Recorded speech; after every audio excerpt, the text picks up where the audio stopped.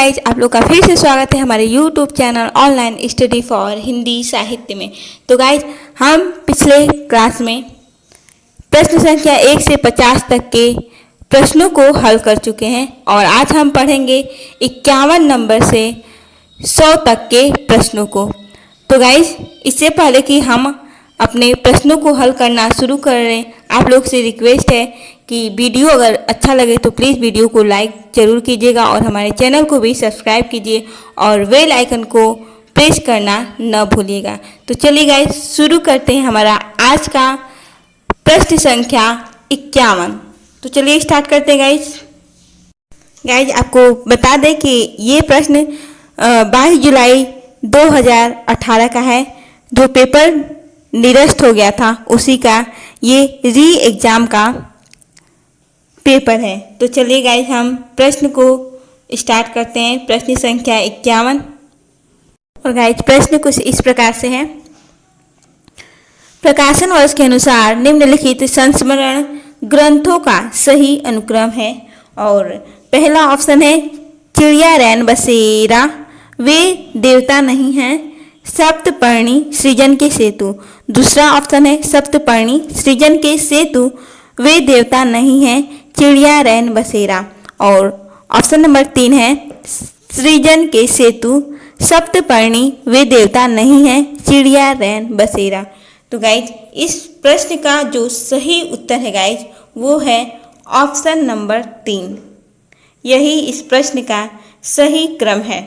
और पहले नंबर पे है सृजन के सेतु सप्तपर्णी वे देवता नहीं हैं और चिड़िया रैन बसेरा। तो हम चलते हैं अगले प्रश्न की तरफ। और गाइस, हमारा अगला प्रश्न है कुछ इस प्रकार से। और प्रश्न है प्रकाशन वर्ष के अनुसार भीष्म साहनी के नाटकों का सही अनुक्रम है। और पहला ऑप्शन है हानुस मुआवजे आलमगीर माधवी। दूसरा ऑप्शन है हानुस माधवी मुआवजे आलमगीर। तीसरा ऑप्शन है मुआवजे माधवी हानुस और आलमगीर। और चौथा ऑप्शन है माधवी हानुस आलमगीर और मुआवजे। तो गाइज, इस प्रश्न का सही उत्तर है ऑप्शन नंबर 2। इस प्रश्न का बिल्कुल ही सही उत्तर है और नाटकों का सही अनुक्रम है। हानुस का जो प्रकाशन वर्ष है गाइज वो है 1977 ईस्वी। और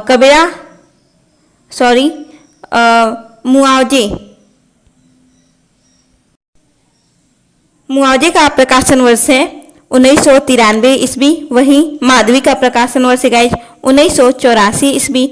और आलमगीर का प्रकाशन वर्ष है 1999 ईस्वी।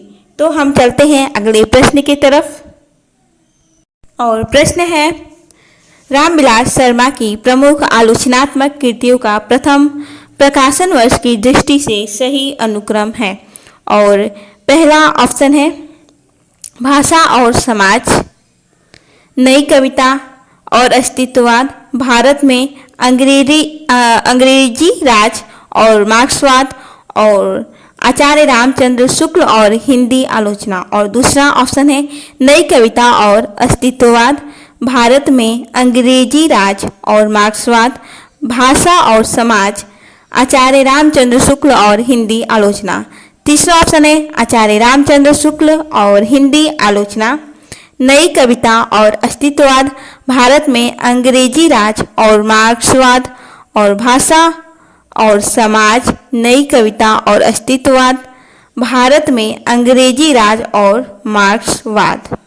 तो गाइस, इस प्रश्न का सही उत्तर हुआ ऑप्शन नंबर 4। इस प्रश्न का सही उत्तर है गाइस आचार्य रामचंद्र शुक्ल और हिंदी आलोचना का प्रकाशन वर्ष है 1955 ईस्वी। वहीं भाषा और समाज का प्रकाशन वर्ष है 1961 ईस्वी। नई कविता और अस्तित्ववाद का जो प्रकाशन वर्ष है वो है 1978 ईस्वी। और भारत में अंग्रेजी राज और मार्क्सवाद का प्रकाशन वर्ष है गाइस 1982 ईस्वी। तो हम चलते हैं अपने अगले प्रश्न की तरफ बिना टाइम को वेस्ट करते हुए। तो गाइस, चलिए, हमारा प्रश्न संख्या 54 है। और प्रश्न है कुछ इस प्रकार से। कालक्रम की दृष्टि से निम्नलिखित अवधारणाओं का सही अनुक्रम है। और पहला ऑप्शन है मार्क्सवाद, फासीवाद, मानववाद, प्राच्यवाद। दूसरा ऑप्शन है प्राच्यवाद, मार्क्सवाद, मानववाद, फासीवाद। तीसरा ऑप्शन है फासीवाद, मानववाद, प्राच्यवाद, मार्क्सवाद। और चौथा ऑप्शन है मानववाद, मार्क्सवाद, फासीवाद और प्राच्यवाद। तो गाइज हमारा सही उत्तर हुआ ऑप्शन नंबर 4। इस प्रश्न का सही उत्तर हुआ गाइज मानववाद मानव मूल्यों और चिंताओं पर ध्यान केंद्रित करने वाला अध्ययन, दर्शन या अभ्यास का एक दृष्टिकोण है। और मानवतावाद 15वीं सदी के इतालवी शब्द यूर्गानस्तास से निकला है, जिसका अर्थ शिक्षक या विद्वान और उनके दर्शन से है। वहीं गाइज मार्क्सवाद 19वीं शताब्दी के मध्य में कार्ल मार्क्स द्वारा विकसित और कुछ हद तक फ्रेडरिक एंगल्स द्वारा विकसित सिद्धांत का एक निकाय है। कार्ल मार्क्स के विचार से प्रभावित होकर मार्क्सवादी समाजशास्त्र का उदय 19वीं शताब्दी के अंत और 20वीं शताब्दी के प्रारंभ में हुआ था। वहीं गाइस फासीवाद प्रथम विश्व युद्ध की समाप्ति के बाद 1919 में फासीवाद के आंदोलन की शुरुआत हुई। फासीवाद, जिसको फासिस्टवाद की शुरुआत कहते हैं, और इटली के बेनितो मुसोलिनी द्वारा संगठित संस्था फासियो डी कम्बैटिमेंटो द्वारा किया गया राजनीति आंदोलन था। वहीं गाइस प्राच्यवाद, जिसको ओरिएंटलिज्म एक विचारधारा है और यह 18वीं एवं 19वीं सदी के मध्य आया। प्राच्यवाद की अवधारणा, जिसमें विभिन्न समाज विज्ञान के साथ ही तुलनात्मक साहित्य का भी महत्वपूर्ण भूमिका है। प्राच्यवाद शब्द के अर्थ को एडवर्ड सईद की 1978 में प्रकाशित पुस्तक ओरिएंटलिज्म में नवीन संदर्भ में दिया गया। तो चलते हैं गाइज अगले प्रश्न की तरफ, और हमारा 55 नंबर का क्वेश्चन है। गाइज 55 नंबर का क्वेश्चन है कुछ इस प्रकार से, कालक्रम की दृष्टि से निम्नलिखित पाश्चात्य साहित्य चिंतकों का सही अनुक्रम है। और पहला ऑप्शन है Ferdinand de Saussure, William Blake, Michel Foucault, Jacques Derrida. और 2 नंबर का ऑप्शन है William Blake, Ferdinand de Saussure, Michel Foucault, Jacques Derrida. तो गाइज यहाँ पे जो हमारा दूसरा वाला ऑप्शन है यही इस प्रश्न का सही उत्तर है। तो इस प्रश्न का सही उत्तर है गाइज ऑप्शन नंबर 2।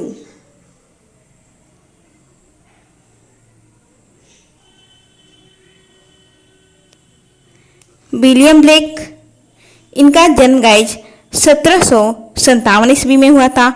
और फर्डिनांड द सास्यूर, इनका जन्म 1857 ईस्वी में हुआ था। और वहीं माइकल फूको का जन्म 1926 ईस्वी और जाक देरिडा का 1930 ईस्वी में जन्म हुआ था। और गाइज जाक देरिडा अल्जीरिया के रहने वाले थे, माइकल फूको फ्रांस के, और सास्यूर स्विट्जरलैंड के, और विलियम ब्लेक ब्रिटेन के रहने वाले थे। गाइज आप यहाँ पर देख सकते हैं कि विलियम ब्लेक 1757 और सास्यूर 1857, वहीं माइकल फूको 1926 और जाक देरिडा 1930 ईस्वी। तो हम चलते हैं अगले प्रश्न की तरफ, और गाइस हमारा अगला प्रश्न है, देखिए गाइस प्रश्न संख्या 56 से 75 तक के प्रश्नों को कथन और स्थापना के रूप में दिया गया है और दूसरा तर्क के रूप में, और इसके कूट को देख करके हमको इसके उत्तर को बताना है। तो चलिए स्टार्ट करते हैं। प्रश्न संख्या 56 और स्थापना गाइस दिया गया है, और गाइस स्थापना में कहा जा रहा है, मनुष्य की अंतः प्रकृति पर अतीत का गहरा प्रभाव होता है और उसमें स्मृति की सी सजीवता होती है। गाइस यह बिल्कुल सही है, स्थापना बिल्कुल यहाँ का सही दिया गया है। और तर्क देखते हैं क्या दिया जा रहा है। रीजन में कहा रहा है क्योंकि अतीत हृदय के लिए एक मुक्ति लोक है, इसलिए अतीत की स्मृति जन्य काल्पनिक सत्यमूलक सजीवता और मार्मिकता का अनुभव करके ही संस्कृत के पुराने कवि अपने महाकाव्य और नाटक इतिहास पुराण के किसी वृत्त का आधार लेकर रचा करते हैं। गाइज यह भी बिल्कुल सही है। तो इसके कूट को देख लेते हैं कि इसका सही उत्तर क्या होगा। तो गाइज इस प्रश्न का सही उत्तर होगा ऑप्शन नंबर 2। यहाँ पर दोनों ही बातें बिल्कुल ही सही कही जा रही हैं। तो हमारा सही उत्तर हुआ गाइज ऑप्शन नंबर 2। इस प्रश्न का बिल्कुल ही सही उत्तर हुआ। तो हम चलते हैं अगले प्रश्न की तरफ और प्रश्न संख्या 57 है गाइज। और इसमें स्थापना में कहा जा रहा है इतिहास मानव प्रवृत्तियों का अंतरसार है। तो गाइज यहाँ पर बिल्कुल ही स्थापना यहाँ पर सही कहा जा रहा है और जो तर्क है वो कहा जा रहा है कि इसलिए इतिहास को साहित्यिक अभिवृत्तियों की अभिव्यक्ति का श्रेष्ठ उपजीव्य माना जाता है। तो यहाँ पर यह भी बात बिल्कुल ही सही कहा जा रहा है। तो गाइज यहाँ पर दोनों ही ऑप्शन सही है। तो इस प्रश्न का गाइज सही उत्तर हुआ ऑप्शन नंबर 2। इस प्रश्न का बिल्कुल ही सही उत्तर हुआ। तो इसी के साथ चलते हैं गाइज अगले प्रश्न की तरफ। मैं आशा करती हूँ कि आप लोग को समझ में आया होगा। और हमारा अगला प्रश्न कुछ इस प्रकार से है। सॉरी गाइज, यहाँ पर ऑप्शन नंबर 2 में मैंने लगा दिया है। यहाँ पर दोनों ही बातें सही है। तो हमारा जो आंसर होगा वो होगा आंसर नंबर 4। ऑप्शन नंबर 4 जो है इस प्रश्न का बिल्कुल ही सही उत्तर है। वो ऊपर वाले ऑप्शन में थोड़ा जो सही का ऑप्शन था वो ऑप्शन नंबर 2 पे था, इसीलिए थोड़ा कन्फ्यूजन था। तो गाइस यहाँ पर सही उत्तर हुआ ऑप्शन नंबर 4। ऑप्शन ए और जो आर है वो दोनों ही सही है। तो हम चलते हैं अगले प्रश्न की तरफ। और गाइस हमारा प्रश्न है स्थापना में कहा जा रहा है आचार्य शुक्ल के अनुसार काव्य का अभ्यंतर स्वरूप या आत्मा भाव रस और अलंकार है। तो गाइस यहाँ पर जो स्थापना कहा जा रहा है वो बिल्कुल ही गलत है। लेकिन यहाँ पे जो तर्क है गाइस, तर्क में क्या कह रहा है, क्योंकि भाव या रस तथा अलंकार दोनों में कल्पना का काम पड़ता है। जिस प्रकार विभाव अनुभाव में हम उसका प्रयोग पाते हैं उसी प्रकार रूपक उत्प्रेक्षा आदि अलंकारों में भी। तो यहाँ पर गाइस जो तर्क है ये बिल्कुल सही कहा जा रहा है। तो हमारा जो गाइस सही उत्तर हुआ वो हुआ ऑप्शन नंबर 1। इस प्रश्न का बिल्कुल ही सही उत्तर हुआ। ए गलत और आर सही। तो चलिए इसकी व्याख्या को देख लेते हैं। और व्याख्या में कहा जा रहा है गाइस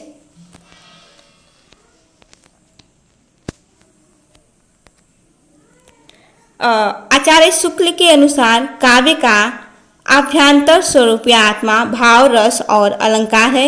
यह गलत है क्योंकि काव्य का स्वरूप या आत्मा रस छंद और अलंकारों को माना जाता है।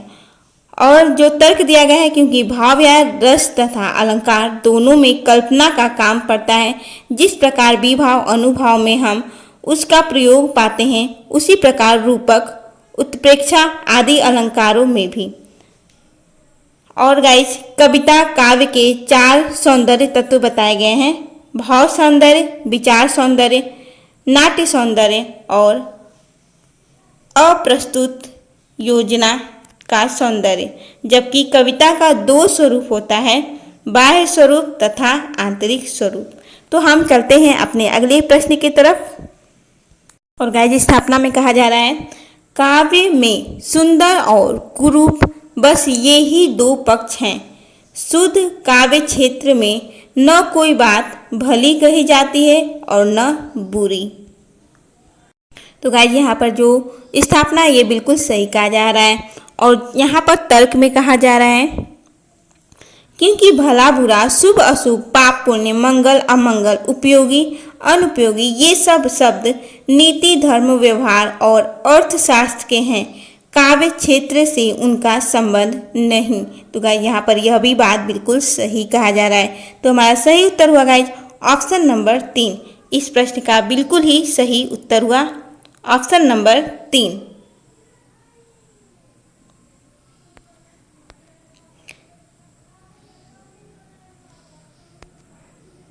तो हम चलते हैं अगले प्रश्न की तरफ। और गाइज हमारा अगला प्रश्न है इस प्रकार से।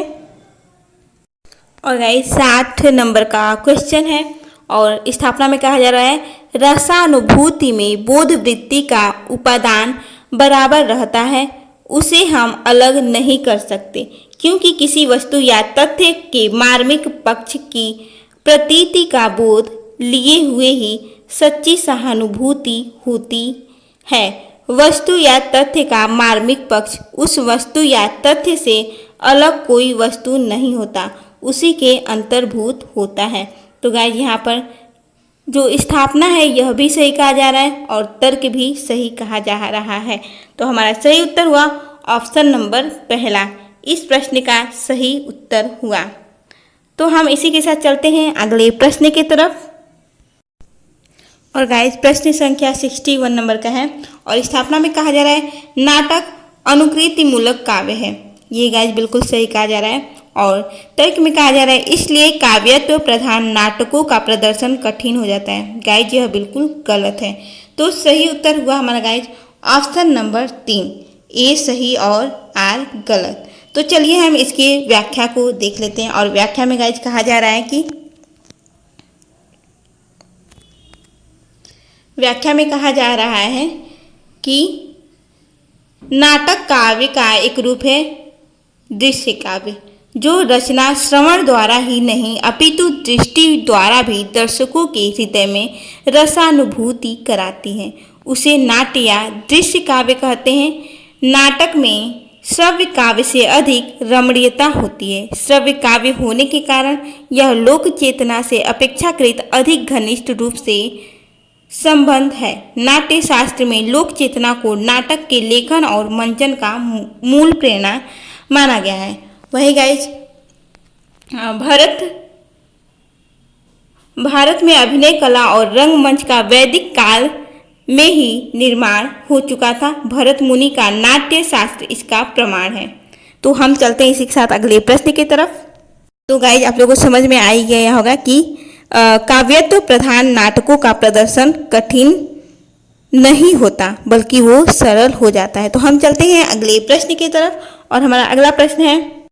और गाइस प्रश्न संख्या 62 में कहा जा रहा है, स्थापना में कहा जा रहा है कि भारतेंदु हरिश्चंद्र की कविताओं का मूल स्वर समाज सुधार और देश वत्सल है। गाइस यहाँ पर यह बात बिल्कुल गलत कहा जा रहा है और इसके हम तर्क को देख लेते हैं। तर्क में क्या कहा जा रहा है? तर्क में कहा जा रहा है क्योंकि भारतेंदु के समय में देश प्रेम और सुधार की भावना भारतीय समाज में नहीं थी। गाइज यहाँ पर तर्क भी गलत कहा जा रहा है। तो सही उत्तर हुआ गाइज ऑप्शन नंबर 2, इस प्रश्न का सही उत्तर हुआ। तो चलिए इसके बारे में हम जान लेते हैं। भारतेंदु बहुमुखी प्रतिभा के धनी थे। हिंदी पत्रकारिता, नाटक और काव्य के क्षेत्र में उनका बहुत ही बड़ा योगदान था। हिंदी में नाटकों का प्रारंभ भारतेंदु हरिश्चंद्र से ही माना जाता है। भारतेंदु के नाटक लिखने की शुरुआत बंगला के विद्या सुंदर नाटक के अनुवाद से होती है और विद्या सुंदर का जो समय है गाइज वो है 1867 ईस्वी। वहीं भारतेंदु हरिश्चंद्र के संपूर्ण लेखन का मूल स्वर साम्राज्यवाद सामंतवाद विरोधी है। वहीं भारतेंदु की रचनाओं में अंग्रेजी शासन का विरोध, स्वतंत्रता के लिए उद्यम आकांक्षा और जातीय भावबोध की झलक मिलती है और सामंतिक जकरण में फंसे समाज में आधुनिक चेतना के प्रसार के लिए लोगों को संगठित करने का प्रयास करना उस जमाने में एक नई बात थी। तो गाइज जो ऑप्शन ऊपर दिए गए थे स्थापना और तर्क, वहाँ पर दोनों ही बात गलत कही गई थी। तो हम चलते हैं अगले प्रश्न की तरफ। अक्सर गाइज आप लोगों ने देखा होगा कि जहाँ पर नहीं लिखा रहता है वो अक्सर गलत ही होता है। तो हम चलते हैं अगले प्रश्न की तरफ। और प्रश्न है, स्थापना में कहा जा रहा है मौन भी अभिव्यंजना है।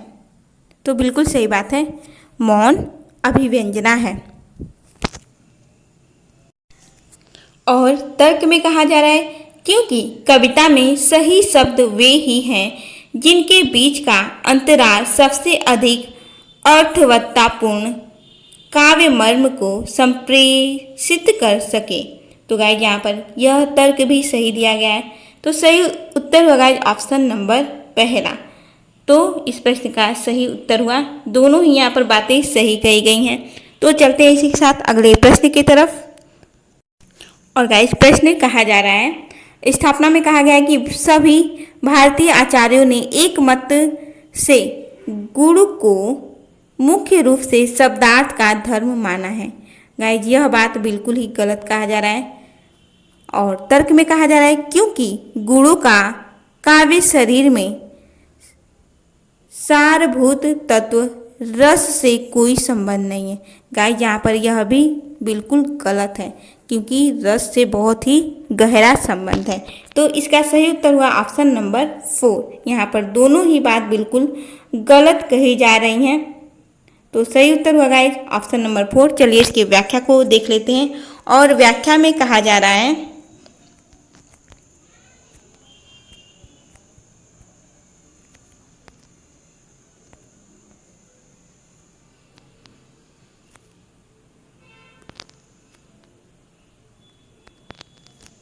सभी भारतीय आचार्यों ने रचना में 3 गुणों को स्वीकार किया है। और प्रसाद गुण, ओज गुण और माधुर्य गुण, उन तीनों गुणों का नाम है गाइज, प्रसाद, ओज और माधुर्य गुण। वहीं आचार्य विश्वनाथ ने भी स्वरचित साहित्य दर्पण रचना में और पंडित जगन्नाथ दास ने भी रस गंगाधर रचना में तथा आचार्य मम्मट ने स्वरचित काव्य प्रकाश रचना में इन्हीं गुणों को स्वीकार किया है।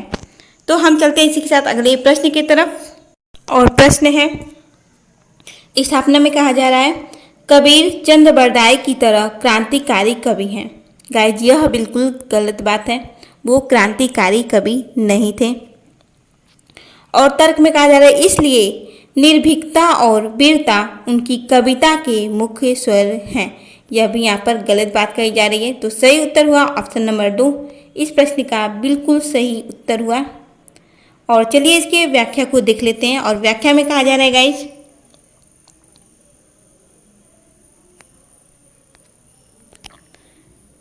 संत कबीरदास जी हिंदी साहित्य के भक्ति काल के इकलौते ऐसे कवि हैं जो आजीवन समाज और लोगों के बीच व्याप्त आडंबरों पर कुठाराघात करते रहे।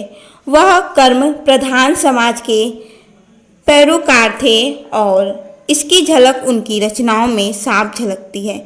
लोक कल्याण हेतु मानो उनका समस्त जीवन था। कबीर की वास्तव में एक सच्चे विश्व प्रेमी का अनुभव था। कबीर की सबसे बड़ी विशेषता यह थी कि उनकी प्रतिभा में अबाध गति और अदम्य प्रखरता थी।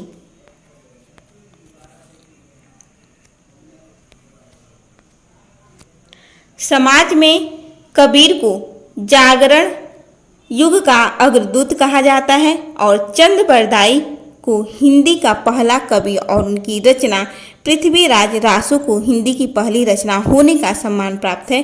पृथ्वीराज रासो हिंदी का सबसे बड़ा ग्रंथ है। इसमें 10,000 से अधिक छंद हैं और तत्कालीन प्रचलित 6 भाषाओं का प्रयोग किया गया है। इस ग्रंथ में उत्तर भारतीय क्षेत्रीय समाज व उनकी परंपराओं के विषय में विस्तृत जानकारी मिलती है। इस कारण ऐतिहासिक दृष्टि से भी इसका बहुत ही ज़्यादा महत्व है। तो चलते हैं अगले प्रश्न की तरफ। और प्रश्न संख्या 66 नंबर का है। और स्थापना में कहा जा रहा है कि छायावाद सूक्ष्म की अभिव्यंजना है। बिल्कुल सही है। और इसलिए छायावादी काव्य में इतिवृत्तात्मकता का अभाव है। यह भी यहाँ पर बिल्कुल सही कहा जा रहा है। तो सही उत्तर हुआ गाइस ऑप्शन नंबर पहला। दोनों यहाँ पर बातें सही कही जा रही हैं। तो पहला उत्तर यहाँ का सही हुआ। इसी के साथ चलते हैं अगले प्रश्न की तरफ। और 67 नंबर का प्रश्न है गाइज कि सूरदास का लीला वर्णन जीव की वृत्ति के उत्कर्ष का दर्शन है। गाइज यहाँ पर यह बात बिल्कुल ही सही कही जा रही है और जो तर्क दिया जा रहा है क्योंकि उनकी चरम परिणति रास लीला में वृत्ति और चेतन के पूर्ण मिलन में होती है, यह भी सही कहा जा रहा है। तो गाइस सही उत्तर हुआ यहाँ का ऑप्शन नंबर 2 इस प्रश्न का बिल्कुल सही उत्तर हुआ। और गाइस आपको बता दें कि सूरदास भक्तिकालीन कृष्ण काव्य धारा के महत्वपूर्ण कवि माने जाते हैं।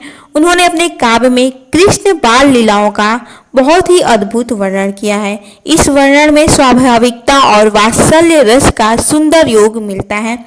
कृष्ण के स्वरूप की सुंदरता का वर्णन करते हुए कवि ने उनके सुंदर गालों तथा चंचल आंखों की भी चर्चा की हुई है। तो इसी के साथ चलते हैं अगले प्रश्न की तरफ। आई होप कि आपको ये जानकारी काफ़ी ज़्यादा महत्वपूर्ण सिद्ध होगी। तो चलते हैं अगले प्रश्न की तरफ और प्रश्न है गाइस और स्थापना में कहा जा रहा है मिथक धार्मिक इतिहास के उद्गम स्रोत हैं। धार्मिक क्रियाओं में रूढ़ होकर वह अपनी अर्थ संभावनाओं का विस्तार करने के बजाय एक सीमित धार्मिक विश्वास या विचार के रूप में रूढ़ हो जाता है। और तर्क में कहा जा रहा है लेकिन धर्म के साथ जुड़कर मिथक कमजोर नहीं पड़ता, अपितु भाषा कला और साहित्य में शक्तिशाली बन जाता है। तो गाइस तर्क गलत कहा जा रहा है लेकिन जो स्थापना है बिल्कुल सही कहा जा रहा है। सही उत्तर हुआ गाइस ऑप्शन नंबर पहला, इस प्रश्न का सही उत्तर हुआ। और गाइस चलिए इसकी व्याख्या को देख लेते हैं। और व्याख्या में कहा जा रहा है गाइस कि भारतीय साहित्य में मिथक का प्रयोग नवीन है किंतु इसका आधार हमारी पुरा कथाएं, देव कथाएं तथा हमारे पौराणिक आख्यान हैं जो कि हमारी प्राचीन धरोहर है। किसी भी शब्द या किसी भी तथ्य को परिभाषित करने से तात्पर्य उसकी संपूर्ण विशेषता को सूक्ष्म रूप में समझने से है। तो इसी के साथ चलते हैं अगले प्रश्न की तरफ। और प्रश्न कहा जा रहा है स्थापना में कि वृत्त्यो नाट्य मात्रः अर्थात वृत्तियाँ नाट्य की मात्रा कही जाती हैं। तो गाइस यहाँ पर यह बात बिल्कुल ही सही कहा जा रहा है।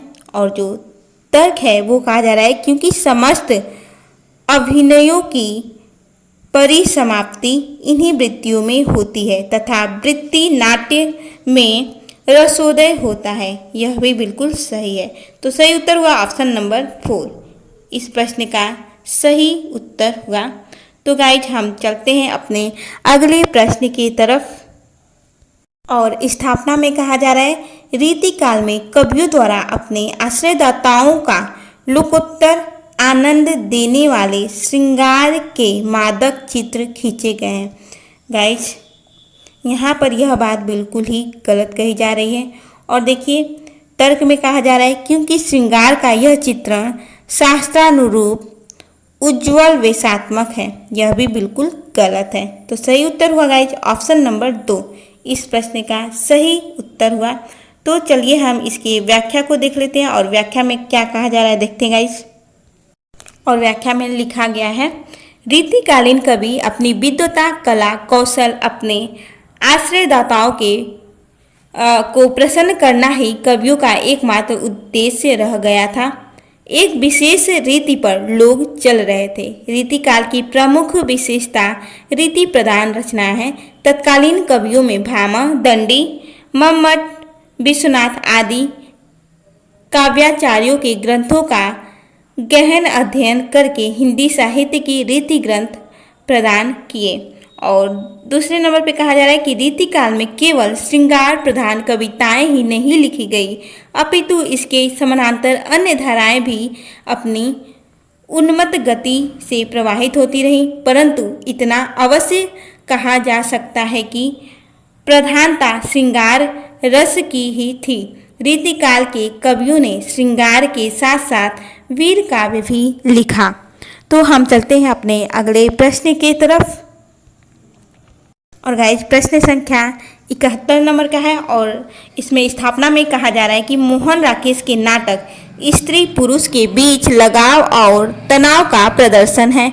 और तर्क में कहा जा रहा है क्योंकि उनके नाटकों के सभी स्त्री पात्र पुरुषों के प्रति विरोध भाव रखते हैं।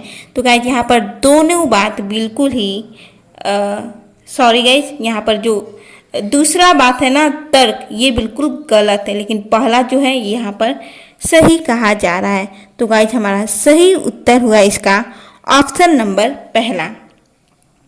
ए सही है लेकिन आर बिल्कुल ही गलत कहा जा रहा है। और चलिए इसकी हम व्याख्या को देख लेते हैं। और व्याख्या में कहा जा रहा है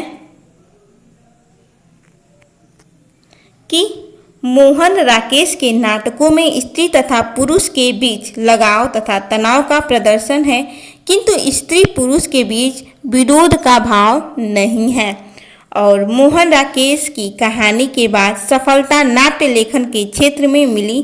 हिंदी नाटकों में भारतेंदु और प्रसाद के वाद का दौर मोहन राकेश का दौर है, जिसे हिंदी नाटकों को फिर से रंगमंच से जोड़ा। तो इसी के साथ चलते हैं अपने अगले प्रश्न की तरफ।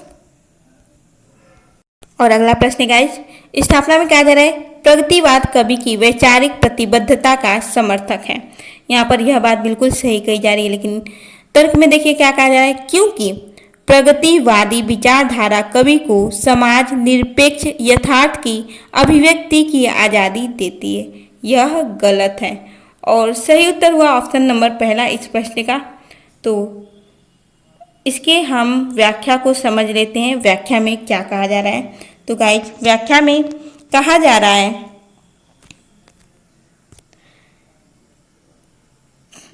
प्रगतिवादी काव्य एक सीधी सहज तेज प्रखर कभी व्यंग्यपूर्ण आक्रामक काव्य शैली का वाचक है। और दूसरे नंबर पे कहा जा रहा है प्रगतिवादी साहित्य को स्वोद्देश्य मानता है और उसका उद्देश्य है जनता के लिए जनता का चित्रण करना। दूसरे शब्दों में वह कला के लिए सिद्धांत में यकीन नहीं करता, बल्कि उसका यकीन तो कला जीवन के लिए फलसफे में है। और प्रगतिवादी कवियों ने अपनी कविता के माध्यम से एक राजनीतिक वाद विशेष साम्यवाद का प्रचार किया, व्यक्तिवाद के स्थान पर जनवाद की स्थापना की, जनता को सुख दुख की वाणी दी तथा शोषितों पंडितों की उन्नति के लिए जोरदार समर्थन किया। तो चलते हैं अगले प्रश्न की तरफ। आई होप कि ये जानकारी आप लोगों के लिए काफ़ी ज़्यादा महत्वपूर्ण रही होगी। तो हम चलते हैं अगले प्रश्न की तरफ।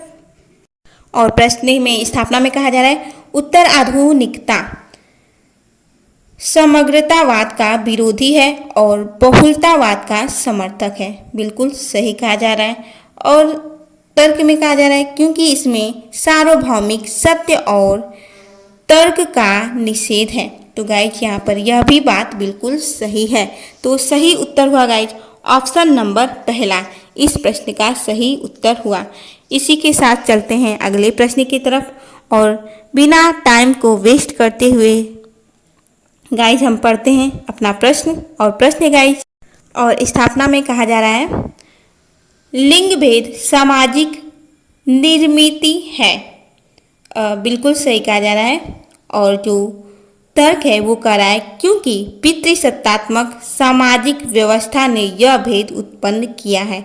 तो गाइज यह भी बात यहाँ पर बिल्कुल सही है। तो सही उत्तर हुआ गाइज हमारा ऑप्शन नंबर 3, इस प्रश्न का बिल्कुल ही सही उत्तर हुआ।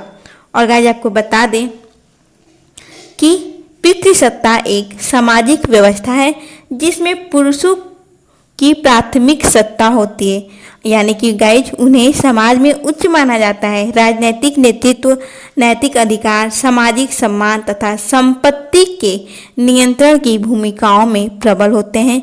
धर्म, समाज व रूढ़िवादी परंपराएं पितृसत्ता को अधिक ताकतवर बनाती हैं। सदियों से महिलाएं पितृसत्ता के कारण उत्पीड़ित हो रही हैं और लिंग भेद या लैंगिक असमानता समाज के द्वारा निर्मित है। आज हम 21वीं सदी के भारतीय होने पर गर्व करते हैं, किंतु जो एक बेटा पैदा होने पर जश्न मनाते हैं, वही यदि एक बेटी का जन्म हो जाए तो शांत हो जाते हैं। यहाँ तक कि कोई भी जश्न न मनाने का समाज द्वारा नियम बनाया गया है। गाइस, बहुत कम ही लोग होते हैं जो बेटी उनके घर जन्म लेती है तो वो जश्न मनाते हैं, लेकिन बहुत जगह जिसने बेटी को जन्म दिया उसको भला बुरा भी कहते हैं और बहुत जगह नहीं भी कहते हैं। ऐसा मैं नहीं कह रही कि सभी लोग ऐसा करते हैं, लेकिन उसमें से कुछ लोग ऐसे होते हैं कि बेटी के जन्मने पर जो जन्म देता है उसको सताते भी हैं। और गाइस, भारतीय समाज में लिंग असमानता का मूल कारण इसकी पितृसत्तात्मक व्यवस्था में निहित है, लेकिन आज के ज़माने में ये बहुत हद तक, मैं पूरा नहीं कहूँगी लेकिन बहुत हद तक ये बातें कम हो गई हैं। अब महिलाओं को भी वो सारी सुविधाएं दी जाती हैं या वो सारे अधिकार दिए जाते हैं जो एक पुरुष सत्ता के लोगों को दिया जाता है, और दोनों को समान अधिकार भी प्राप्त है। लेकिन गाइज, अभी यह पूरी तरह से लागू नहीं है। अभी भी कहीं ना कहीं स्त्रियों के साथ भेदभाव जरूर किया जाता है। तो हम चलते हैं अगले प्रश्न की तरफ गाइज, और प्रश्न हमारा अगला है, और प्रश्न कह रहा है गाइज, स्थापना में समष्टि चित्त में अनुकूल भावांदोलन पैदा करने वाला तत्व ही सौंदर्य है। बिल्कुल सही बात है। और तर्क में कहा जा रहा है, वस्तुतः जो वस्तु समष्टि मानव चित्त को सुंदर लगती है उसे ही सुंदर मानना चाहिए। यहाँ पर यह भी बात बिल्कुल सही कहा जा रहा है। तो सही उत्तर हुआ गाइज हमारा ऑप्शन नंबर 3 इस प्रश्न का सही उत्तर हुआ। तो गाइज, हम चलते हैं अपने अगले प्रश्न की तरफ बिना टाइम को वेस्ट करते हुए। और प्रश्न गाइज, सूची 1 की हिंदी की निम्नलिखित उपभाषाओं को सूची 2 की उनकी बोली के साथ सुमेलित कीजिए और नीचे दिए गए कूट में से सही उत्तर को चुनिए। और सूची 1 के ऑप्शंस हैं, थोड़ा बड़ा कर देती हूँ उसे, पूर्वी हिंदी, बिहारी हिंदी, पश्चिमी हिंदी, राजस्थानी हिंदी। और सूची 2 के ऑप्शन से कनौजी, मेवाती, गढ़वाली, मगही और बघेली। तो पूर्वी हिंदी गाइज वो बोली जाती है बघेली। जो पूर्वी हिंदी है गाइस, इसका जो बोली है वो है बघेली। और इसके अलावा बिहारी हिंदी की बोली गाइस है मगही। और वहीं पश्चिमी हिंदी का जो बोली है गाइस वो है कनौजी। और राजस्थानी हिंदी का जो बोली है वो है मेवाती। तो सही उत्तर हुआ गाइज ऑप्शन नंबर पहला ही इस प्रश्न का बिल्कुल ही सही उत्तर हुआ। गाइज, आपको बता दें कि पूर्वी हिंदी की अन्य बोलियां भी हैं जो कि इस प्रकार से हैं, अवधी जो कि यहाँ पर दी गई है, और छत्तीसगढ़ी। और गाइज, यह मध्य प्रदेश छत्तीसगढ़ में बोली जाती है। वहीं बिहारी हिंदी की बोली है भोजपुरी, मगही, मैथिली। और भोजपुरी को पूर्वी और भोजपुरिया के नाम से भी जाना जाता है। वहीं भोजपुरी की मुख्यतः 4 उपबोलियां हैं, उत्तरी भोजपुरी, दक्षिणी भोजपुरी, पश्चिमी और नगपुरिया। इसके अलावा भोजपुरी के अन्य स्थानीय रूप हैं जैसे कि मधेसी, बंगरही, सोनपरी, छपरिया, सरवरिया, सारन, गोरखपुरी आदि। वहीं मगही को मागधी भी कहा जाता है। और मैथिली बोली को देसिल, बना और तिरहुतिया कहा जाता है। और इसकी बोलियां हैं पूर्वी मैथिली में छिका छिकी, और पश्चिमी में मैथिली और जोलाही मैथिली। वहीं अरबी, फारसी मिश्रित आदि हैं। वहीं गाइस, पश्चिमी हिंदी की अन्य बोलियां हैं ब्रज, बुंदेली, पांगरू और खड़ी बोली, जिसे को कौरवी भी कहा जाता है। तो हम चलते हैं अपने अगले प्रश्न की तरफ। और प्रश्न है कि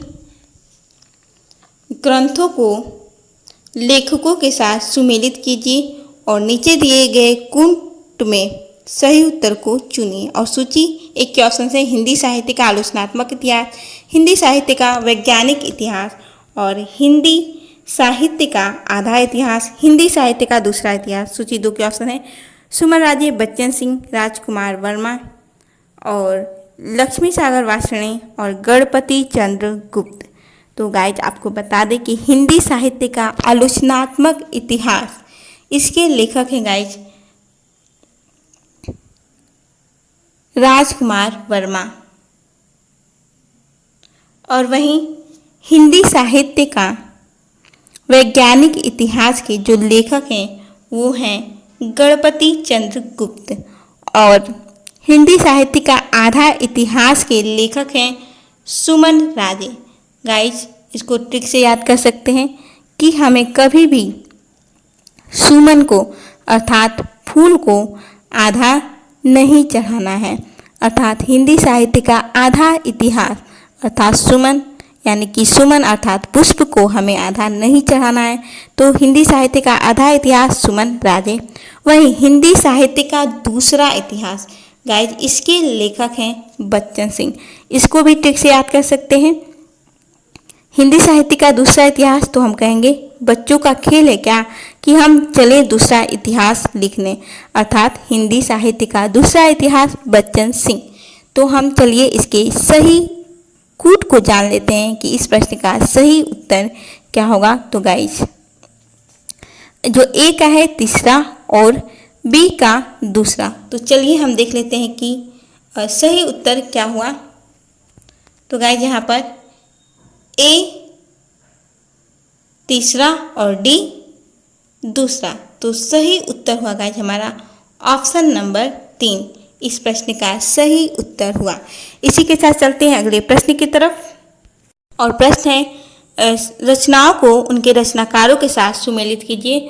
और सूची एक के ऑप्शन है चर्यापद, शौकाचार, योगचर्या, दोहाकोश। और सूची दो के ऑप्शन है देवसेन, लूहीपा, सबरपा, डोम्बिपा और सरहपा। तो आपको बता देगा इस कि चर्यापद के जो रचनाकार है गाइज वो हैं सबरपा। वहीं श्रावकाचार इनके जो रचनाकार हैं वो हैं देवसेन। और योगचर्या के रचनाकार हैं गाइज डोम्बिपा। वहीं दोहाकोश के रचनाकार हैं सरहपा। तो गाइज इसका सही उत्तर देख लेते हैं कोड में। तो गाइज यहाँ पे जो पहला ऑप्शन है, पहला ही ऑप्शन इस प्रश्न का सही उत्तर हुआ, ऑप्शन नंबर ए इस प्रश्न का सही उत्तर हुआ। इसी के साथ चलते हैं अगले प्रश्न की तरफ। गाइज ये प्रश्न है, यहाँ पर काव्य पंक्तियाँ दी गई है और हमें उनके रचनाकारों के साथ इनको मिलाना है। तो चलिए गाइज इसके पहले सूची 2 के ऑप्शंस को देख लेते हैं। और सूची 2 के ऑप्शन है कबीरदास, सूरदास, जयसी, तुलसीदास और परमानंद दास। तो चलिए सूची 1 के ऑप्शंस को देखते हैं और देखते हैं कि ये पंक्तियाँ किसकी हैं। तो पहले नंबर पर है गाइज बिगसा कुमुद देखी सती रेखा। गाइज यह पंक्तियाँ हैं जयसी की, जो कि पद्मावत के मान सरोदक खंड से लिया गया है। और मेरे नैना बिरह की बेल बई। गाइज यह पंक्तियाँ सूरदास द्वारा लिखी गई हैं। सॉरी गाइज ये ऑप्शन नंबर 2 में ही है सूरदास। और गाइज यह जो पंक्तियाँ हैं वह गोपी विरह नामक ग्रंथ से ली गई हैं। वहीं कवित विवेक एक नहीं मोरे। गाइज इन पंक्तियों के जो रचनाकार हैं वो हैं तुलसीदास। और गाइज ये पंक्तियाँ रामचरितमानस से ली गई हैं। वहीं जो डी नंबर का ऑप्शन है काया नगरी बनी अति सुंदर। गाइज यह पंक्तियाँ हैं कबीर दास की और यह कबीर की वाणी नामक ग्रंथ से ली गई है। तो चलिए इसके सही उत्तर को देख लेते हैं। तो इसका सही उत्तर क्या होगा। तो पहले का तीसरा और डी का पहला। तो सही उत्तर हुआ गाइज ऑप्शन नंबर 2। इस प्रश्न का सही उत्तर हुआ। इसी के साथ चलते हैं हम अपने अगले प्रश्न की तरफ। और अगला प्रश्न है, और प्रश्न है गाइज, निम्नलिखित संप्रदायों को उनके प्रवर्तक आचार्यों के साथ सुमेलित कीजिए। और गाइज सूची 1 के ऑप्शंस हैं गौड़ीय संप्रदाय, राधा वल्लभ संप्रदाय, सखी संप्रदाय और मध्व संप्रदाय। और सूची 2 के ऑप्शंस हैं मध्वाचार्य चैतन्य महाप्रभु, हित हरिवंश गोस्वामी, वल्लभाचार्य स्वामी हरिदास। तो गाइज आपको बता दें कि गौड़ीय संप्रदाय के प्रवर्तक चैतन्य महाप्रभु हैं।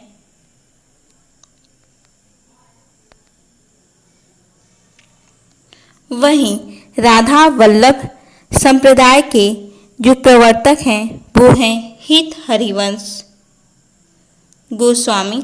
अगर राधा वल्लभ का अगर हम पे कृपा हो जाए तो हमारा हित हो जाएगा, अर्थात राधा वल्लभ संप्रदाय के प्रवर्तक आचार्य हैं गाइज हित हरिवंश गोस्वामी। वहीं सखी संप्रदाय के प्रवर्तक हैं गाइज हरिदास। सखी संप्रदाय के प्रवर्तक स्वामी हरिदास। और वहीं मध्व संप्रदाय के जो प्रवर्तक हैं गाइज वो है मध्वाचार्य। मध्व या फिर माध्य के प्रवर्तक हैं मध्वाचार्य। तो चलिए हम इसके सही कोड को जान लेते हैं कि सही कोड इसका क्या होगा। तो गाइज ऑप्शन ए का दूसरा और डी ऑप्शन का पहला। तो चलिए देखते हैं इसका सही उत्तर क्या होगा।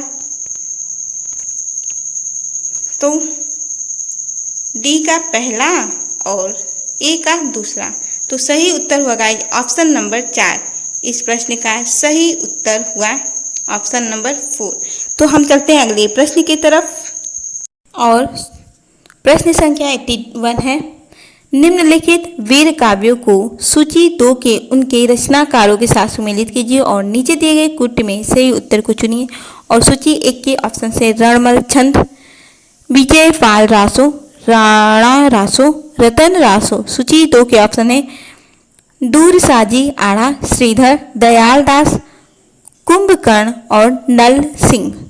तो गाइज यहाँ पर जो रणमल छंद है इसके रचनाकार है गाइज श्रीधर। और वहीं विजय पाल रासो के जो रचनाकार है गाइज वो है नल सिंह। और राणा रासो इसके रचनाकार है गाइज दयाल रासो। और गाइज रतन रासो के रचनाकार हैं कुंभकर्ण, रतन रासो। तो चलिए हम इसके उत्तर को देख लेते हैं। तो सही उत्तर क्या होगा। तो ए नंबर का दूसरा और डी नंबर का चौथा। तो गाइज इस प्रश्न का सही उत्तर हुआ ऑप्शन नंबर 2, पहले का दूसरा और डी का चौथा। यह बिल्कुल सही उत्तर हुआ। इसी के साथ चलते हैं अपने अगले प्रश्न की तरफ।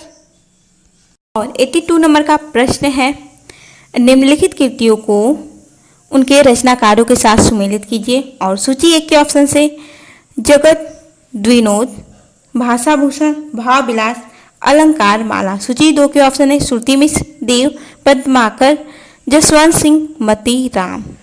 तो जो जगत विनोद है गाइज इसके जो रचनाकार हैं गाइज वो हैं पद्माकर। और भाषा भूषण इसके हैं जसवंत सिंह। उसके बाद भाव विलास के कवि देव हैं। वहीं अलंकार माला के श्रुति मिश्र हैं। तो चलिए सही इसके आंसर को देख लेते हैं कि क्या होगा। तो ए का तीसरा और डी का पहला किस ऑप्शन में है। तो ये है ऑप्शन नंबर 3 में। तो सही उत्तर हुआ हमारा ऑप्शन नंबर 3 इस प्रश्न का सही उत्तर हुआ। इसी के साथ चलते हैं अपने अगले प्रश्न की तरफ। और प्रश्न है गाइस हमारा अगला, सूची 1 की इन काव्य पंक्तियों को सूची 2 के उनके रचनाकारों के साथ सुमेलित कीजिए और नीचे दिए गए कुट में से सही उत्तर को चुनिए। और गाइज सूची 1 के ऑप्शंस हैं और सूची 2 के ऑप्शंस हैं गणानंद, पद्माकर, मंडन, ठाकुर, आलम। और सूची 1 के ऑप्शन है गाइज, ए ऑप्शन है आरस सो आरत संभारत न शीर्षपट। गाइज यह जो पंक्तियां हैं इसके कवि हैं पद्माकर। वहीं जो दूसरे नंबर का पंक्ति है अली हो तो गई जमुना जल के, गाइज इन पंक्तियों के कवि हैं मंडन। और जा थल कीने बिहारी अनेकन, गाइज ये पंक्तियां हैं आलम की। वहीं जो डी नंबर का है वाह निर्मोहिनी रूप की रसी, गाइज ये पंक्तियां हैं ठाकुर की। तो इसका सही उत्तर हुआ ए का दूसरा और डी का चौथा। ए का दूसरा और डी का चौथा, ये ऑप्शन नंबर ए में है पहले में। तो हमारा सही उत्तर हुआ ऑप्शन नंबर पहला। तो चलते हैं अगले प्रश्न की तरफ। और 84 नंबर का प्रश्न है, पात्रों को उनके काव्य रचनाओं के साथ सुमेलित करना है। और सूची 1 के ऑप्शन है नचिकेता, जामवंत, मानव, वज्रकीर्ति। सूची 2 के ऑप्शन है कुरुक्षेत्र, असाध्य वीरा, आत्मजयी, कामायनी, राम की शक्ति पूजा। तो गाइज आपको बता दें कि जो नचिकेता हैं ये पात्र हैं गाइज आत्मजयी के। और जाम्बवंत ये पात्र हैं राम की शक्ति पूजा के। और गाइस राम की शक्ति पूजा आपको पता है कि निराला जी इसके कवि हैं। वहीं मानव ये पात्र हैं कामायनी के। और इसके रचनाकार हैं जयशंकर प्रसाद। वहीं गाइस वज्र कीर्ति ये पात्र हैं असाध्य वीणा के और रचनाकार हैं अज्ञेय जी। तो सही उत्तर इसका हुआ गाइस ए का तीसरा और डी का दूसरा। ये ऑप्शन नंबर पहले में है तो सही उत्तर हुआ गाइज ऑप्शन नंबर ए। इस प्रश्न का सही उत्तर हुआ। इसी के साथ चलते हैं अपने अगले प्रश्न की तरफ। और सूची 2 के 85 नंबर का प्रश्न है, निम्नलिखित काव्यों को उनके कवियों के साथ सुमेलित कीजिए। और सूची 1 के ऑप्शन है विष्णुप्रिया, आराधना, देवशिखा, लोग भूल गए। सूची 2 के ऑप्शन है महादेवी वर्मा, रघुवीर सहाय, दिनकर, निराला और मैथिली शरण गुप्त। तो विष्णुप्रिया के कवि हैं मैथिली शरण गुप्त, विष्णुप्रिया। वहीं आराधना के कवि हैं निराला जी।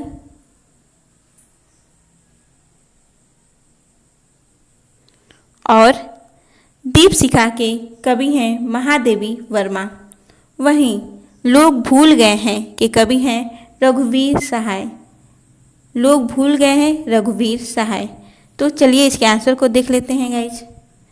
तो ए का 5वां और डी का दूसरा। तो इन दोनों में तो नहीं है, ए का 5वां डी का दूसरा। तो चलते हैं आगे देखते हैं। और गाइज ये है ऑप्शन नंबर 4 में डी का दूसरा ए का 5वां। तो सही उत्तर हुआ गाइज ऑप्शन नंबर 4। इस प्रश्न का सही उत्तर हुआ। इसी के साथ चलते हैं अगले प्रश्न की तरफ।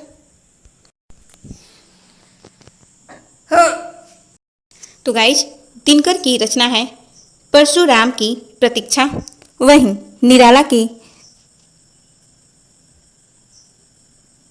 जो रचना है वो है सांध्य काकली। और पंत जी की जो रचना है वो है लोकायतन। उसके बाद जो महादेवी वर्मा का रचना है गाइज वो है नीरजा। और जो चुका भी इसके अलावा गाइज आगे चलते हैं और इसके उत्तर को देख लेते हैं। तो दिनकर जी का जो रचना है परशुराम की प्रतीक्षा।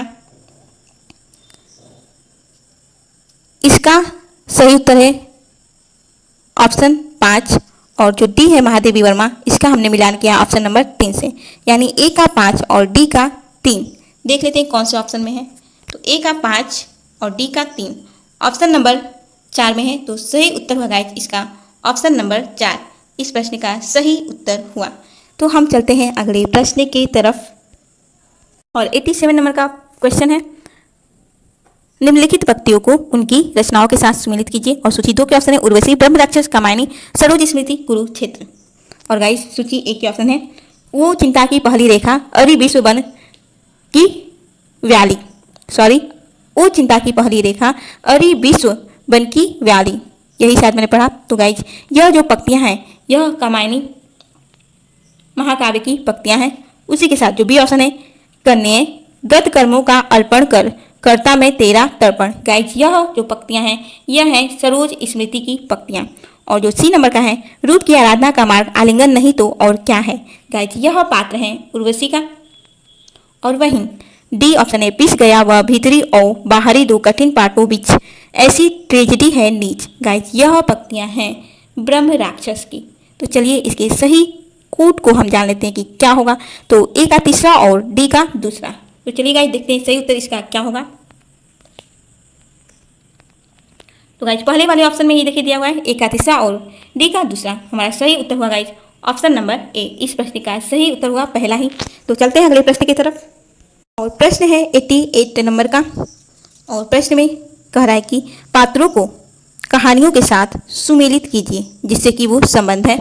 और सूची 1 के ऑप्शन से गजाधर बाबू, सिद्धेश्वरी, बिरजू, जोखू। सूची 2 के ऑप्शन है गदल, ठाकुर का कुआं, वापसी, दोपहर का भोजन और लाल पान की बेगम।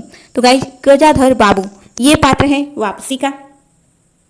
और वहीं सिद्धेश्वरी गाइस ये पात्र है दोपहर के भोजन का। और बिरजू ये पात्र है लाल पान की बेगम का। और जोखू ये पात्र है ठाकुर का कुआं। तो चलिए सही उत्तर को देख लेते हैं। ए का तीसरा और डी का दूसरा, ए का तीसरा और डी का दूसरा। तो सही उत्तर होगा ऑप्शन नंबर 2 इस प्रश्न का सही उत्तर हुआ। इसी के साथ हम चलते हैं अपने अगले प्रश्न की तरफ। और अगला प्रश्न हमारा इस प्रकार से, और प्रश्न है कि वर्ण विषयों को उनके संबंध उपन्यासों के साथ सुमेलित कीजिए। और सूची 2 के ऑप्शन है रतिनाथ की चाची, अमृत और विष, कब तक पुकारूं, अपने अपने अजनबी, नाचो बहुत गोपाल। और सूची 2 के ऑप्शन हैं इस प्रकार से। जो ए ऑप्शन है गाइज 89 नंबर प्रश्न का वो है मृत्यु से साक्षात्कार। और इसका जो लेखक हैं वो हैं सच्चिदानंद हीरानंद। और गाइज ये जो वर्ण विषय है ये है अपने अपने अजनबी उपन्यास का मृत्यु से साक्षात्कार।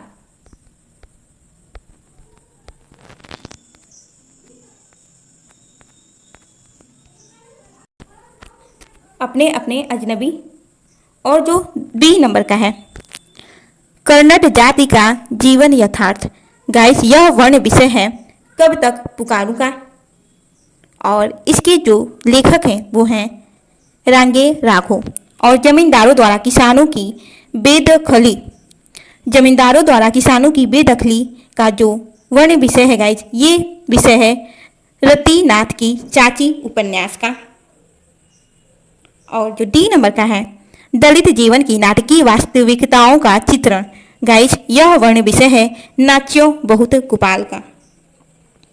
तो चलिए इसके सही उत्तर को देख लेते हैं। और सही उत्तर इस प्रकार से होगा ए का चौथा और डी का पांचवा। तो चलिए देख लेते हैं कौन से ऑप्शन में है ये पांचवा डी का और ए का चौथा। गाइज वो है ऑप्शन नंबर 4 में। तो सही उत्तर हमारा हुआ ऑप्शन नंबर 4 इस प्रश्न का सही उत्तर हुआ। इसी के साथ चलते हैं हम अपने अगले प्रश्न की तरफ। निम्नलिखित निबंधकारों को उनकी रचनाओं के साथ सुमेलित कीजिए। और गाइज सूची 1 के ऑप्शन हैं नंद दुलारे वाजपेयी, विश्वनाथ प्रसाद मिश्र, इंद्रनाथ मदान, भगीरथ मिश्र। और सूची 2 के ऑप्शन हैं कुछ उथले कुछ गहरे, कला साहित्य और समीक्षा, राष्ट्रभाषा की कुछ समस्याएं, हिंदी का सामयिक साहित्य, विमर्श के क्षण। तो आप लोगों को बता दें कि नंद दुलारी वाजपेयी के रचना का नाम है राष्ट्रभाषा की कुछ समस्याएं। और उसके बाद विश्वनाथ प्रसाद मिश्र, इनकी रचना का नाम है हिंदी का सामयिक इतिहास।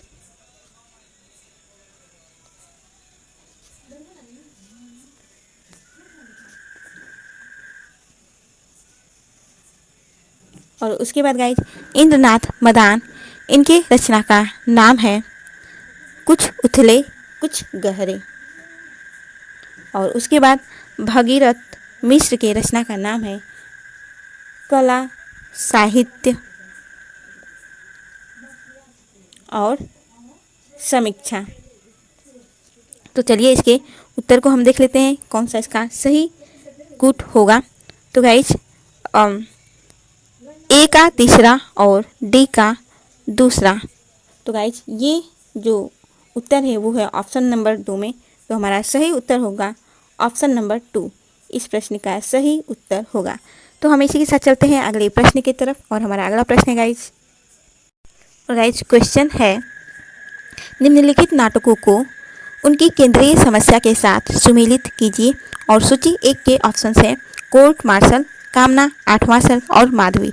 और सूची 2 के ऑप्शन है भोगवाद, स्त्री विडंबना, सत्ता व्यवस्था पर व्यंग, जातिवाद, अभिव्यक्ति की स्वतंत्रता। तो गाइज आपको बता दें कि कोर्ट मार्शल इसमें जातिवाद केंद्रीय समस्या है। कोर्ट मार्शल में जातिवाद केंद्रीय समस्या है। उसके बाद गाइज कामना, इसमें भोगवाद का समस्या का वर्णन किया गया है। और उसके बाद जो सी नंबर पर है आठवां सर्ग, गाइज इसमें अभिव्यक्ति की स्वतंत्रता का वर्णन किया गया है। और उसके बाद आता है लास्ट नंबर पे माधवी। और गाइज माधवी में स्त्री विडंबना का वर्णन किया गया है। तो चलिए हम देख लेते हैं इसका उत्तर क्या होगा। तो गाइज ए का चौथा और डी का दूसरा। तो गाइज इस प्रश्न का सही उत्तर हुआ ऑप्शन नंबर 2।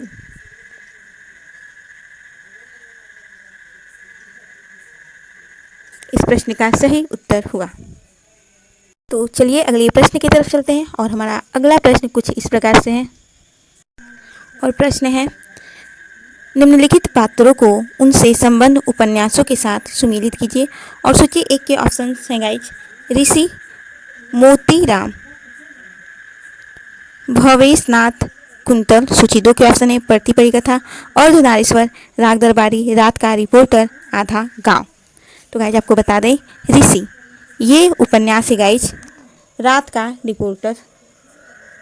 और उसके बाद आता है गाइज मोतीराम, ये पात्र हैं राग दरबारी का। और इसके बाद जो भवेशनाथ हैं ये प्रतिपरी कथा के पात्र हैं। और फिर लास्ट नंबर पर आते हैं गाइज कुंतल, ये अर्धनारीश्वर के पात्र हैं। तो चलिए हम इसके उत्तर को जान लेते हैं कि इसका कौन सा उत्तर होगा। तो ए का चौथा और डी का दूसरा। तो सही उत्तर होगा गाइज ऑप्शन नंबर 4, ए का चौथा और डी का दूसरा।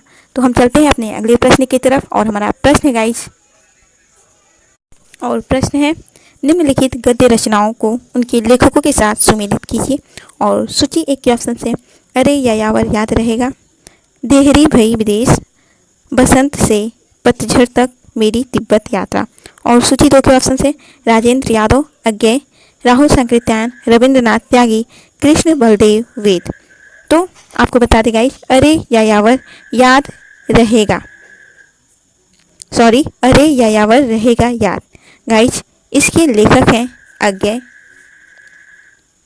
और उसके बाद है देहरी भई विदेश, इसके लेखक हैं राजेंद्र यादव। और उसके बाद है वसंत से पतझड़ तक, इसके जो लेखक हैं गाइज वो हैं रविंद्रनाथ त्यागी। और लास्ट नंबर पे है मेरी तिब्बत यात्रा, ये है राहुल सांकृत्यायन का। तो चलिए इसके सही उत्तर को देख लेते हैं। और गाइज सही इसका उत्तर हुआ ए का दूसरा और डी का तीसरा। तो सही उत्तर हुआ गाइज ऑप्शन नंबर 3 इस प्रश्न का सही उत्तर हुआ।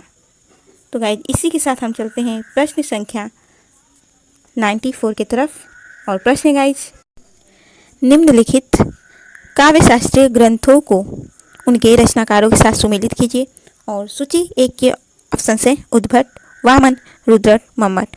और सूची 2 के ऑप्शन है कवि, कंठाभरण, काव्य प्रकाश, काव्यालंकार सार संग्रह, काव्यालंकार सूत्रवृत्ति।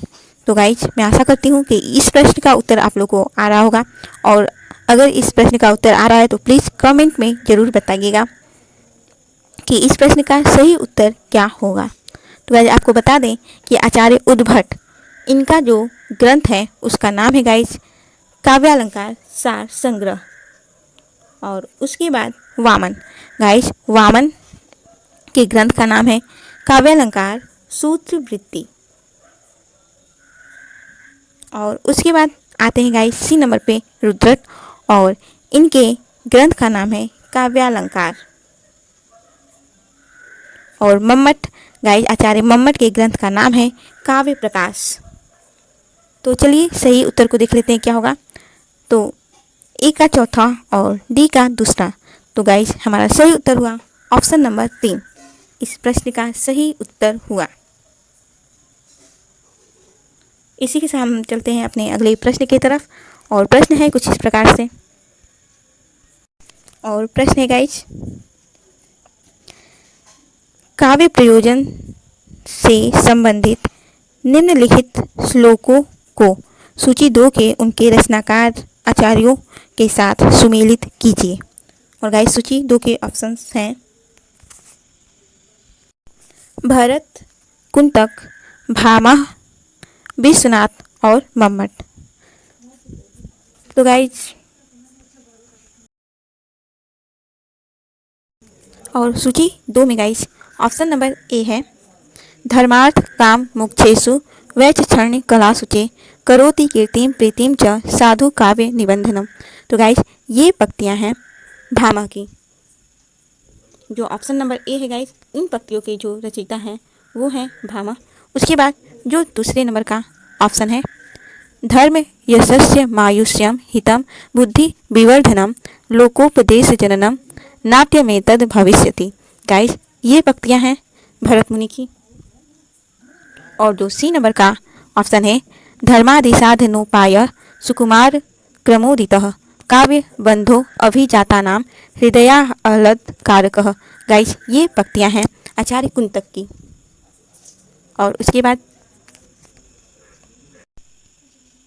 और गाइस जो डी नंबर का ऑप्शन है काव्यम यश से अर्कृते व्यवहार विदे शिवेतर रक्ष्यते सद्य पर निर्वृते कांता सम्मित तयोपदेश युजे। गाइज ये पंक्तियाँ हैं मम्मट की। तो चलिए इसके आंसर को देख लेते हैं कि इसका आंसर क्या होगा। और ए का तीसरा और डी का पांचवा। तो गाइज सही उत्तर इसका होगा गाइज। तो सही कोड हुआ गाइज ए 3 डी 5। तो सही उत्तर हुआ ऑप्शन नंबर 4 इस प्रश्न का सही उत्तर हुआ। तो चलते हैं अपने अगले प्रश्न की तरफ। और अगला प्रश्न गाइज, और हमारा अगला प्रश्न है गाइज प्रश्न संख्या 96 से 100 तक के प्रश्नों को ध्यानपूर्वक अवतरण को पढ़ करके उसके उत्तर को बताना है। तो चलिए गाइज हम पढ़ना स्टार्ट करते हैं इसके अवतरणों को। और लिखा गया है हमारे अंतःकरण में प्रिय के आदर्श रूप का संगठन उसके शरीर या व्यक्ति मात्र के आश्रय से हो सकता है, पर श्रद्धेय के आदर्श रूप का संगठन इसके फैलाए हुए कर्म तंतु के उत्पादन से होता है। प्रिय का चिंतन हम आँख मूंदे हुए संसार को भुलाकर करते हैं, पर श्रद्धेय का चिंतन हम आँख खोले हुए संसार का कुछ अंश सामने रखकर करते हैं। यदि प्रेम स्वप्न है तो श्रद्धा जागरण है। प्रेमी प्रिय को अपने लिए और अपने को प्रिय के लिए संसार से अलग करना चाहता है। प्रेम में केवल 2 पक्ष होते हैं, श्रद्धा में 3। और अगला हमारा अवतरण है गाइज, प्रेम में कोई मध्यस्थ नहीं, पर श्रद्धा में मध्यस्थ अपेक्षित है। प्रेमी और प्रिय के बीच कोई वस्तु अनिवार्य नहीं, पर श्रद्धालु और श्रद्धेय के बीच कोई वस्तु चाहिए। इस बात का स्मरण रखने से यह पहचान उतना कठिन न रह जाएगा कि किसी के प्रति किसी का कोई आनंदा अंतर्गत भाव प्रेम है या श्रद्धा। यदि किसी कवि का काव्य बहुत अच्छा लगा, किसी चित्रकार का बनाया चित्र बहुत सुंदर जचा और हमारे चित्त में उस कवि या चित्रकार के प्रति एक सुहृद भाव उत्पन्न हुआ, तो वह श्रद्धा है, क्योंकि यह काव्य या चित्र रूप मध्य रूप प्राप्त हुआ है। और गाइस प्रश्न संख्या 96 नंबर का है, श्रद्धालु और श्रद्धेय के बीच कौन सा तीसरी वस्तु चाहिए। और पहला है श्रद्धेय में गहरी आध्यात्मिक आस्था, दूसरा श्रद्धेय के महान कार्य, तीसरा श्रद्धालु के महान कार्य और चौथा श्रद्धालु और श्रद्धेय के बीच सिर्फ उत्कट प्रेम। तो गाइस हमने ऊपर वाली लाइनों में ही पढ़ा था कि श्रद्धेय के महान कार्य श्रद्धालु और श्रद्धेय के बीच तीसरी वस्तु है। तो सही उत्तर हुआ गाइस ऑप्शन नंबर 2, इस प्रश्न का सही उत्तर हुआ। तो चलते हैं अपने अगले प्रश्नों की तरफ। और गाइस अगला प्रश्न है प्रश्न संख्या 97 और प्रश्न कह रहा है, यदि प्रेम स्वप्न है तो श्रद्धा जागरण से लेखक का क्या अभिप्राय है। और पहला ऑप्शन है, प्रेम के समय व्यक्ति स्वप्नावस्था में होता है और श्रद्धा के समय जागृत अवस्था में। और दूसरा है, प्रेम सिर्फ एक भ्रम है और श्रद्धा सत्य। और तीसरा है, प्रेम सोच विचार कर नहीं किया जाता जबकि श्रद्धा पूर्णतः सोच विचार कर की जाती है। और चौथा है, प्रेम ना समझी है और श्रद्धा अंधी। तो गाइस जो यदि प्रेम स्वप्न है तो श्रद्धा जागरण, इससे लेखक का अभिप्राय है कि प्रेम सोच विचार कर नहीं किया जाता जबकि श्रद्धा पूर्णतः सोच विचार कर की जाती है।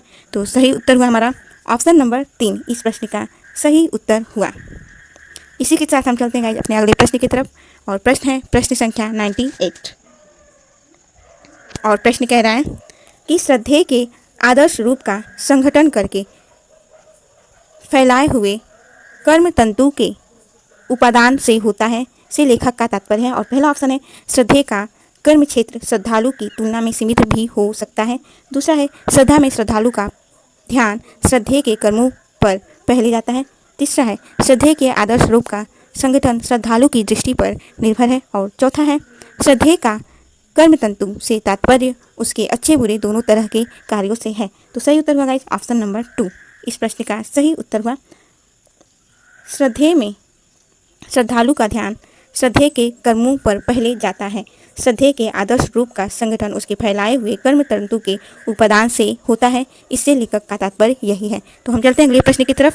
और प्रश्न गाइस प्रश्न संख्या 99 और 99 नंबर का प्रश्न कह रहा है, प्रेम में केवल 2 पक्ष होते हैं से लेखक का क्या तात्पर्य है। और पहला ऑप्शन है, प्रेम में प्रेमिका के सामने सिर्फ प्रेमी और प्रेम में बाधक उसका परिवार होता है। और दूसरा ऑप्शन है, प्रेम करने वाले 2 प्राणी एक दूसरे में सिर्फ गुण ढूंढते हैं। और तीसरा है, प्रेमी प्रेमिका इस भौतिक जगत से अलग अपनी दुनिया में मगन रहते हैं। और चौथा ऑप्शन है, प्रेम में प्रेमी और प्रेमिका के अलावा अन्य किसी तीसरे व्यक्ति के लिए कोई जगह नहीं है। तो गाइस जो ऑप्शन नंबर 4 है यही इस प्रश्न का सही उत्तर है, ऑप्शन नंबर 4। गाइस प्रेम में केवल 2 पक्ष होते हैं, लेखक का तात्पर्य है प्रेम में प्रेमी और प्रेमिका के अलावा अन्य किसी तीसरे व्यक्ति के लिए कोई जगह नहीं होती। और चलते हैं हमारा आज का प्रश्न संख्या 100 और आज का हमारा अंतिम प्रश्न। तो गाइस प्रश्न कह रहा है, उपर्युक्त गद्यांश के आधार पर बताइए कि कौन सा कथन सही है। और पहला ऑप्शन है, प्रेम और श्रद्धा में से प्रेम को हीन और श्रद्धा को ऊंचा स्थान दिया गया है। और दूसरा जो ऑप्शन है, प्रेम और श्रद्धा के बीच अंतर का आकलन किया गया है। तो गाइस जो दूसरा ऑप्शन है यही बिल्कुल सही उत्तर है, यही इस प्रश्न का सही आंसर है। और बाकी के जो तीनों ऑप्शन है ये बिल्कुल गलत है। ऑप्शन नंबर जो पहला है, प्रेम और श्रद्धा में से प्रेम का हीन और श्रद्धा को ऊंचा स्थान दिया गया, यह गलत है। और जो तीसरा ऑप्शन है ये भी गलत है, प्रेम और श्रद्धा दोनों के महत्व का आकलन किया गया है, इसमें बिल्कुल नहीं किया गया। और चौथा है, प्रेम और श्रद्धा दोनों को सामाजिक कहा गया है, यहाँ पर यह भी बिल्कुल गलत है। तो गाइज अगर वीडियो अच्छी लगी हो तो प्लीज़ वीडियो को लाइक करें और हमारे चैनल को सब्सक्राइब करना न भूलें। और हाँ, बेल आइकन को जरूर प्रेस करें। और अगर आप लोगों को इसके पहले प्रीवियस ईयर के क्वेश्चन को देखना है तो गाइज आप जा करके प्लेलिस्ट में प्रीवियस ईयर के क्वेश्चन को आप देख सकते हैं। और गाइज आज का हमारा क्लास बस यहीं तक, मिलते हैं अपने अगले वीडियो में, तब तक के लिए धन्यवाद।